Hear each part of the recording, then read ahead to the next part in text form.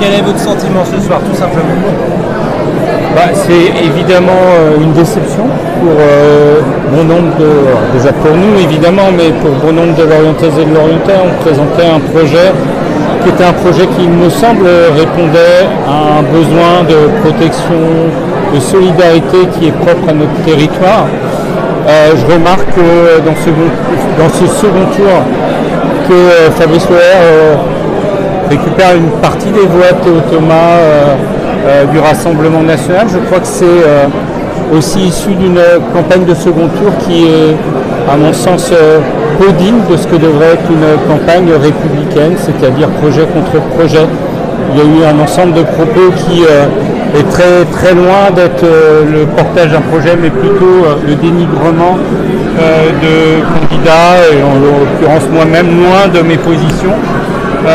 C'est triste pour la démocratie, mais d'abord je voulais aussi remercier Gaël Lestrade qui au second tour avait fait avec moi le choix de l'union et une union très rapidement décidée. Voilà, c'est mes premières réflexions à date, et puis on prendra le temps au sein de la gauche de comprendre comment demain on peut proposer, continuer à être présent sur le territoire pour porter une autre voix, d'autres valeurs qui me semblent bien plus en phase avec ce qu'est la ville de Lorient que le projet qui a gagné aujourd'hui, nous concède parfois plus trop ce qu'il est, mais plus tout le rejet qu'il a créé autour de lui. Voilà. Est-ce que le fait que vous ne soyez pas parti uni dès le départ, ça n'a pas joué en votre défaveur? Vous savez que j'étais toujours un partisan de l'Union, donc je ne pourrais pas dire que j'étais contre l'Union dès le premier tour, je l'ai porté dès le départ.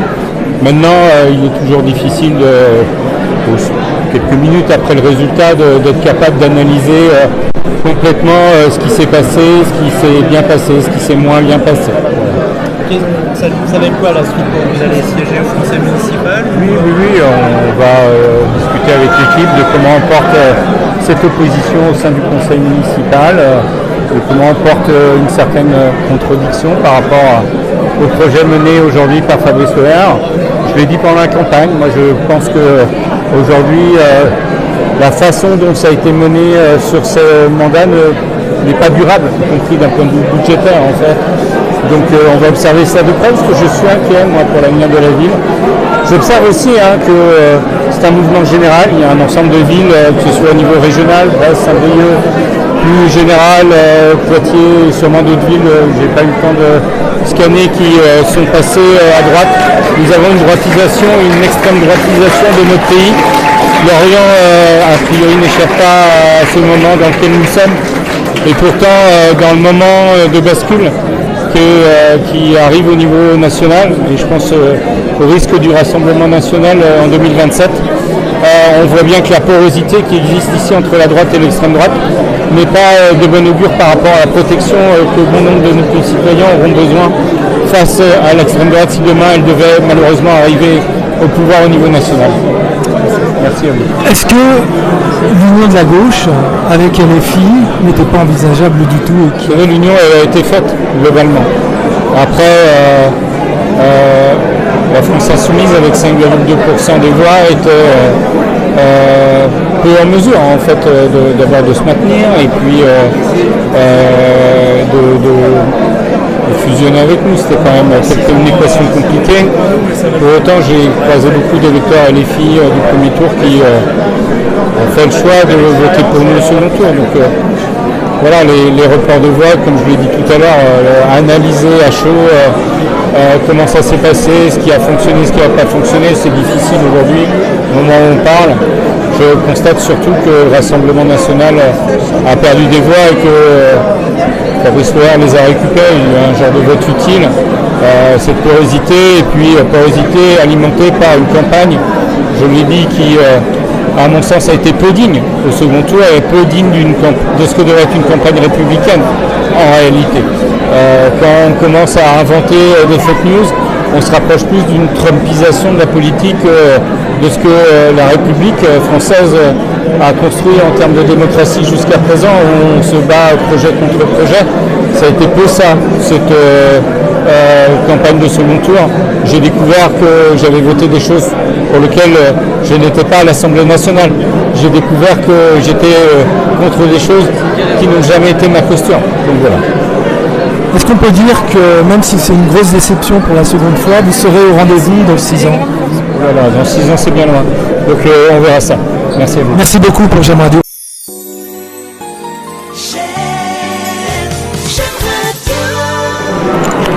Comme ça là, ça me m'effraie.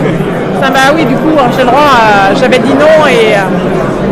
Nous pour J'aime Radio, mais oui. Ouais, bah non, bah il me laisse pas le choix. Vous voulez pas réagir maintenant? Alors, qu'est-ce que vous voulez? Une réaction à ces résultats, comment vous voulez interpréter? Qu'est-ce que je peux vous dire? Évidemment que je suis déçue, nous sommes déçus. On avait fait, je crois, tout ce qu'il fallait. Enfin voilà, au soir du premier tour, en tout cas, comme ce qu'on s'était engagé à faire, on a fait une stratégie de rassemblement. On avait mis toutes les conditions, c'est ce que Lorient Ensemble avait défendu depuis des mois, de dire que on mettrait toutes les conditions pour avoir une seule liste de gauche au soir du second tour, ce qu'on a fait. Force est de constater que cette stratégie n'était pas tout à fait gagnante. Donc là, je vous avoue que moi, j'ai pas encore analysé tous les résultats et il faudra en tirer les enseignements, ça c'est sûr.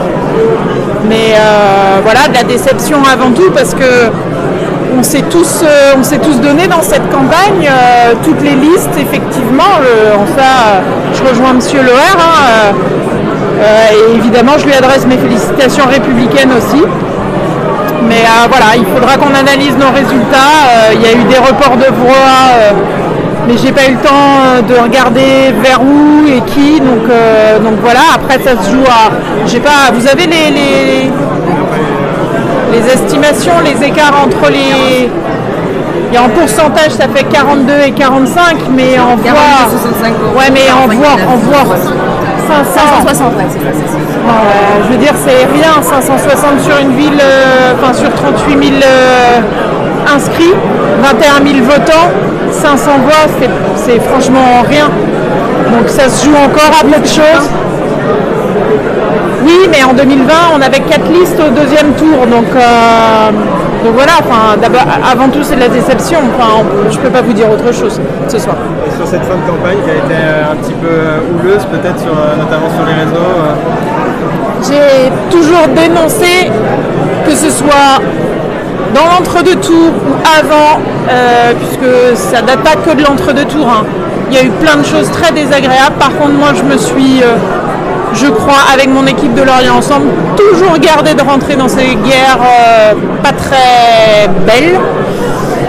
Parce que je pense qu'on peut faire de la politique de manière très respectueuse, correcte, et que c'est aussi ça que les électeurs attendent. J'avoue que j'ai peu goûté aux différents... Je les ai appelés des combats de coq. Je pense que je peux redire encore ça. Voilà, ça c'est pas ma façon de faire de la politique, donc je rentrerai pas dans ces commentaires-là.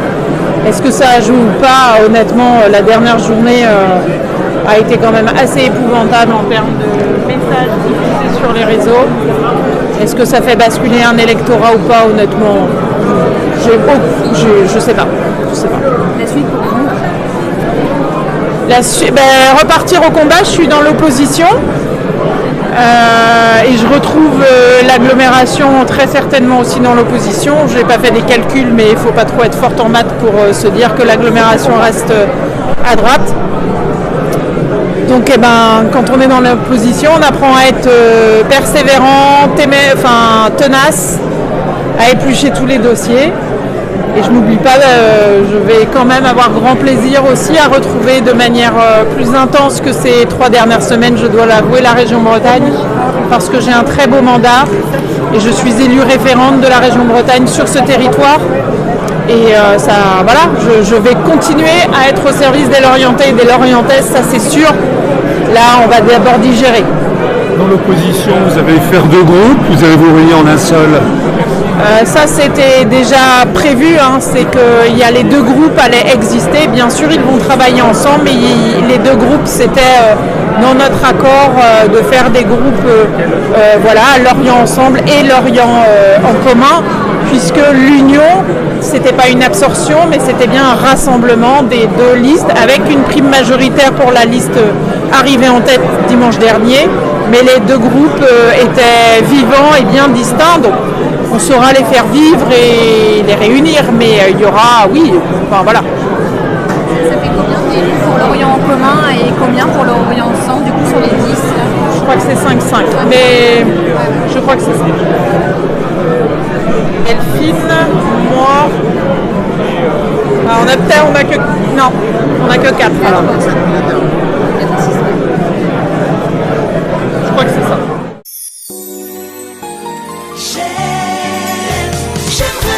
Monsieur Vincent Le Tertre, bonsoir. Donc, tête de liste au premier tour de la France Insoumise. Exactement. Vous avez fait 5,11% au premier tour. Le deuxième tour, le Parti Socialiste et l'Union de la Gauche de Damien Girard a refusé de faire justement cette union de la gauche. Est-ce que ce soir, l'Union de la Gauche n'est pas la grande perdante ? Nous, au soir du premier tour, on a fait un appel. J'ai appelé personnellement Damien, j'ai appelé personnellement Gaël pour leur proposer de fusionner tout le spectre de la gauche, comme ce qui s'est passé avec le NFP et la NUPES. Le NFP qui a permis à Damien d'être élu député. On a vu l'apport qualitatif que ça pouvait apporter sur une élection. Pour des raisons politiques nationales, cet accord a été refusé par le Parti Socialiste. Voilà, on en a pris acte et ce qui devait se passer arrive. C'est évidemment, il a manqué quelques voix, il a manqué 550 voix pour battre la droite et nous en avions fait plus de 1100 au premier tour. Donc en pensant au principe des reports de voix, l'union avec la France Insoumise passait et la ville rebasculait à gauche. Voilà, c'est une leçon à retenir pour toute la gauche et nous on en a déjà tiré les conséquences après le premier tour et j'espère que les autres partis feront aussi leur aggiornamento. Une leçon à retenir. 2020, on prend les mêmes, on recommence. Est-ce que véritablement la gauche est en capacité de retenir ces leçons pour éviter la débâcle à chaque élection? On l'a vu avec l'élection de Damien qui a permis d'avoir un député. Donc quand la gauche fait campagne avec les citoyens dans le spectre le plus large possible, elle gagne. Toute autre configuration, c'est ce que j'ai rabâché depuis le premier jour. Le seul scénario où la gauche gagne, c'est quand elle sera unie entièrement. Et on a vu ce soir qu'on a pas retenu les leçons de 2020. Nous, on avait répondu à l'appel de la fusion. On a tendu la main, ça n'a pas été saisi. Voilà, on est du bon côté. On n'a rien à se reprocher, on a proposé l'union. D'autres échéances électorales vont arriver. Est-ce qu'on peut considérer que l'union de la gauche, dès le premier tour à certaines élections, pourra faire enfin basculer la gauche vers la victoire? Ça c'est une bonne question. Je pense qu'il est encore un peu tôt pour parler de l'union du premier tour si on parle des municipales de 2033. Entre-temps, il y a beaucoup de choses qui vont se passer. Ce qui est sûr, c'est que la stratégie d'union de premier tour qu'a portée Damien, elle était intéressante, mais elle a été incomplète. Voilà, donc il faut surtout avoir la certitude que toute la gauche va jouer le jeu et ne pas tergiverser pour X raisons pour battre la droite et l'extrême droite qui est en dynamique, qui a doublé voire triplé son score. Donc il faut s'attendre à avoir un RN très très haut dans les années qui viennent. On sera en dehors du conseil municipal, mais on sera justement la première opposition de Fabrice Loher. Alors LFI n'était plus présente sur le terrain politique depuis Alexandre Scheuer. Pour l'avenir, quel sera-t-il ? Pour la France Insoumise, on continue à travailler le terrain. Là, on a prévu de faire quelques événements avant l'été. Mais d'abord, il faut qu'on puisse vraiment se poser et analyser à froid les scores, voir comment on peut faire mieux. Et après, commencer à reconstruire la prochaine élection, qui est l'élection présidentielle, qui sera déterminant pour tous les Français et les Françaises. On sait qu'il y a 2 votes qui sont importants pour eux, c'est choisir leur maire et choisir leur président. Donc l'échéance arrivera très vite et on sera présents en tout cas collectivement. Si vous aviez un dernier mot à ajouter, pour les Lorientaises et Lorientais, ce serait lesquels ? eh bien qu'on va surveiller le mandat de Fabrice Loher et que maintenant ils savent où nous trouver. On est disponible sur les réseaux sociaux, on peut nous trouver très facilement dans la ville, c'est ce qui est déjà le cas depuis une semaine. Donc voilà, on sera à l'écoute des Lorientais et Lorientaises pour les années qui viennent, les mois qui viennent et même dès demain s'il y a vraiment besoin de nous. On est là. Merci beaucoup pour GEM Radio.